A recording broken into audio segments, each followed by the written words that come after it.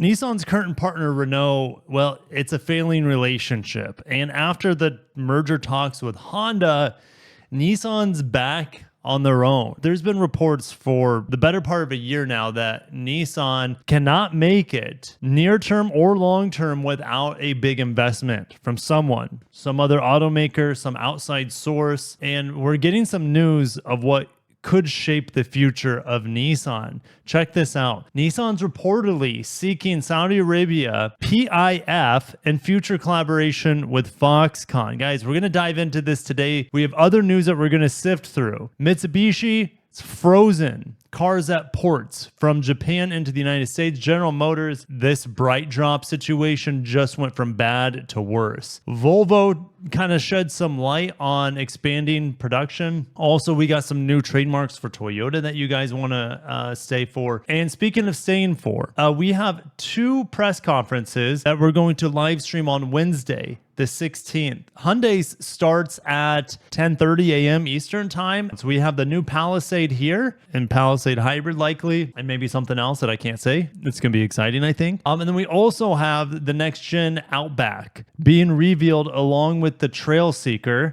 this new EV wagon. I'm almost 100% sure it's a new EV wagon to be shared with Toyota, but being built actually at Subaru's plant instead of Toyota's plant. So guys, if you enjoy news and updates and you don't want to miss live streams on the New York Auto Show, make sure you subscribe. Let's get into this. This is bonkers. The potentiality that Nissan could be essentially bought out by the Saudi's Public Investment Fund, or PIF. Nissan is in active discussions with PIF, signaling a possible shift away from earlier partners with Honda and Taiwanese manufacturing giant Foxconn. However, don't count out Foxconn out of this quite yet, because PIF, this public investment fund, actually has a joint venture with Foxconn, right? It's starting to make more sense.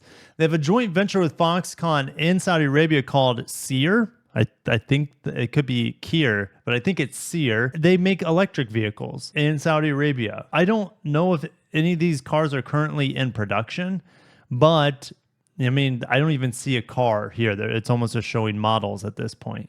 Like not models of cars, but like Saudi Arabian people models. EV advantages. I don't know if we have any cars being produced from this joint venture, but if Nissan comes in, we could have some acceleration potentially. Remember, Foxconn doesn't want to be a manufacturer necessarily on their own. They want to collaborate with people and they want to be a supplier and a contract manufacturer. So there would never be, in theory, a Foxconn branded car. For the most part, they would rather have Honda, Mitsubishi still talking to Foxconn, Nissan, buy their product and slap it with their own Nissan badge or Honda badge or whatever. Nissan, you might be thinking Nissan in Saudi Arabia, Nissan's huge there. Remember when the new Armada was revealed, it was not revealed in Japan. It was not revealed in the United States. It was revealed in Saudi Arabia as the new Patrol. We get the Patrol here. It's just called the Armada. We also get the Infiniti QX80 version of the same vehicle. The Patrol is legendary. Guys, around the world, especially in the Middle East, it's a Land Cruiser. Think of it as a direct competitor to Toyota's Land Cruiser. In some ways, it's better. Actually, it is better, at least in my opinion. I think the new Patrol is better than the new Land Cruiser. Now, I haven't driven the J300 series, but I've driven the Lexus LX, and the Armada is better than a Lexus LX. All right, come at me. I dare you. All right, and that means the QX80 is better than the Lexus LX as well, and they cost a lot less. Now, the new LX Hybrid's nice, but it's not worth how much it costs. It's good, but it's what the vehicle should have been launched with when they came out, the LX 700H this generation. Anyways, yes, here are all the models. This is the same thing as Rogue. Yes, they have an Xterra over their body on frame. It's not quite as desirable as the old Xterra we had here. This is a bigger vehicle. They also get the Pathfinder, which is probably exported to Saudi Arabia. My guess would be from the United States, but that's just a guess. Well, they don't have a Patrol Nismo on the new Patrol, or Nismo, however you want to say it. They have the old Kicks. The new Kicks is there too. We don't get this little car called the Magnite. I'm actually reviewing the kicks this week, so stay tuned for that. They get the Versa. It doesn't look like they get the Sentra. All right, this looks like a Versa to me. They get the Ultima. Isn't that weird that they don't get the Sentra? Now, the PIF, Public Investment Fund in Saudi Arabia, holds a controlling stake around 60% in Lucid Motors. Guys, this is what has been keeping Lucid Motors afloat, with total investments reaching $8 billion into Lucid. Now, with Nissan, Foxconn, and PIF, they could reshape, of course, it would reshape all the global alliances, shake up the global industry for cars, but Honda could choose to re-enter the picture. But guys, this is all contingent on the Japanese government. Japanese government might say to Nissan, no. You're not going to be controlled and owned by the Saudis. But I'm telling you guys, if I was Nissan, I would much rather be owned and controlled by the Saudis because they understand Nissan instead of the French-led Renault. That's just my opinion. I think it's in better hands with the Saudis. Let me know what you guys think. I mean, obviously, we're in the position we're in right now with Nissan because of Renault's, you could say Carlos Ghosn, which came over from Renault. But there are other issues as well without Nissan having a lot of say with their products. And I think the PIF, they understand Nissan better. And with regulations in the United States potentially getting lessened on emissions and stuff, Nissan could bring more products in like that Xterra. But, with tariffs, who knows? And should Nissan reach a deal with the PIF, investors suggest that the collaboration could open the door to broader cooperation with Foxconn, particularly in EV development and manufacturing. Yes, Foxconn has tons of money, but I don't know if they have as much money as PIF. But together, they could absolutely pull Nissan out of one foot into the grave at this point. All right, moving on to Mitsubishi. They're freezing shipments to the United States dealerships. They're held up at ports. Guys, this isn't the first time. We've seen all the Audis held up at ports, some Volkswagens held up ports.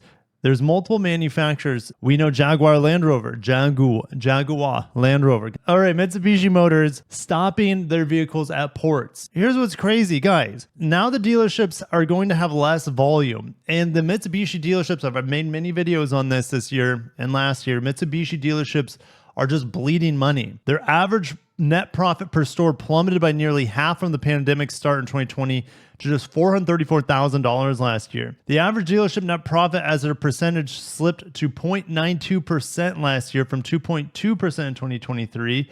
And Mitsubishi stores only retailed 66,000 new vehicles last year, a monthly average of only 17 versus the average of 30 per month that they need to operate profitably. They're just becoming used car dealerships at this point. Mitsubishi is saying we have sufficient stock on the ground at dealers that have no tariff price adjustments on them.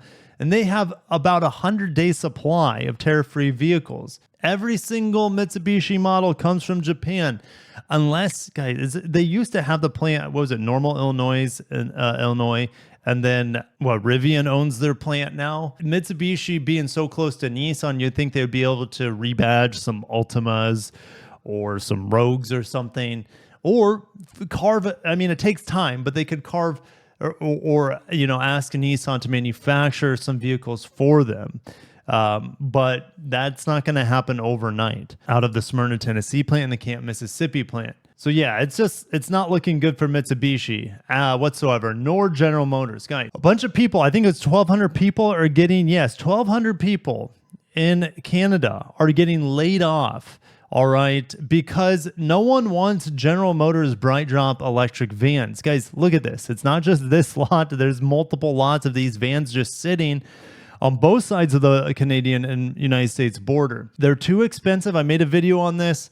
The Ford e-Transits are far more customizable and more affordable. And then you have Rivian for electric commercial vans has, huge investments from Amazon.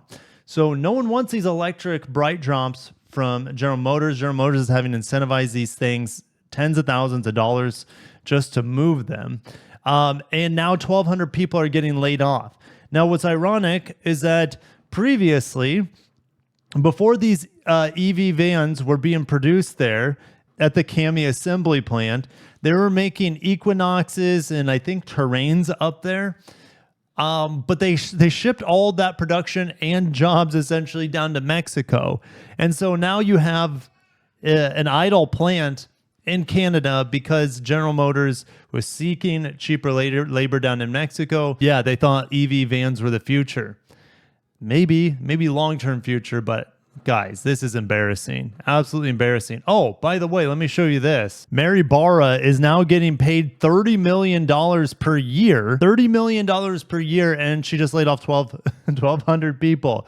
It's like, man, shouldn't she be helping some of those employees, that just got furloughed? Gosh, it was where they build the Silverado EV and Hummer EV. They just laid off 200 people. And here she is with $30 million. She's not helping the employees in her company in that regard. Okay, she just got a 6% pay increase from last year. If she took $5 million of her pay to help those workers, that's $4,000 sent over the border, the Canadian workers. I don't know. That sounds like it would be a noble thing to do, but no. The rich will just keep their money. The rich get richer. So I just felt like sharing that Mary Barra getting pay raises while she's laying off people due to her genius plan to build electric vans in Canada. Håkan Samuelsson, the former CEO of Volvo, and then they brought him back because Volvo shares are an all-time low. And he was a pretty good CEO. He's saying that Volvo may take up to 2 years to expand U.S. production to avoid tariffs. Now, they have a plant down in South Carolina that they used to make the S60 sedan. But now they plan on making the EX90 3-row crossover there. Maybe the Polestar, isn't the Polestar 3 made there too? Meanwhile, the Polestar 2 just got canceled. The Volvo S90 sedan just got canceled because those vehicles are made in China. Samuelsson said it would not be sustainable for the company in long term to sell European-made cars in the United States at a 27.5% tariff. Guys, yes, the 25% tariffs were on top of the already existing 2.5% import tariff. And of course, importing the Chinese cars are impossible. In the short term, within 1 to 2 years, it will be about selling cars we have. Meaning they don't want to sell, guys. They don't want to sell the cars made in Sweden potentially, unless the tariffs go away. They don't want to sell the cars made in Belgium. They can't sell the cars at all made in China. That's way too costly. We're gonna start winding this down, guys. A couple weeks ago, March 11th, Toyota trademarked in the United States the Century's Phoenix logo, and I'm like, hey guys, is this a good sign? Guess what? They just trademarked the Century logo and script. Okay, we have both Century logos now trademarked in the United States for Toyota. This keeps building steam for the legendary vehicle, the most expensive Toyota, besides the LFA, I think, ever made, the Toyota Century. These things go for about $200,000, maybe a little bit less if you don't equip them to the moon and back. There's going to be custom orders with convertibles. I don't know if they're making those yet, but like an SUV convertible, that's ballsy. I mean, this thing looks like a direct fighter to the Cullinan, the Bentayga. You got sliding doors on this thing. I watched my walk around on it a couple of years ago at the Japan Mobility Show. This thing's amazing. Would it be able to sell against something like a GLS Maybach in the United States? And the answer is absolutely. The problem is, how does Toyota sell it? Well, apparently they're already selling this in dealerships in Saudi Arabia, at Lexus dealerships, in a special boutique booth with a one point of contact, high-end, sales consultant situation. And sales, it's not only sales, but also service consultant, one point of contact. This momentum keeps gathering for the Century to come into the United States. Also, there's a couple more trademarks from Toyota, Proto and Light. Okay, these were trademarked in Japan, but they're in regards to vehicles, Class 12 vehicles, similar to this, right? The Centuries for Class 12 vehicles. So I don't know what this would be in regards to. Land Cruiser Light? When I hear Proto, I think the Proto Z from Nissan. Okay, maybe this could be some sort of new EV. I don't know. It's hard to say. But like I said, make sure you guys are subscribed because I will be live streaming, hanging out with you guys Wednesday morning on the East Coast, 10:30 a.m. I'll be beginning my stream with Hyundai and the new Palisade and the other new reveals they'll have there, as well as Subaru's new Trail Seeker and Outback. Thank you guys for watching. Will Nissan be bought essentially by Saudi Arabia's PIF, and will they dominate with Foxconn?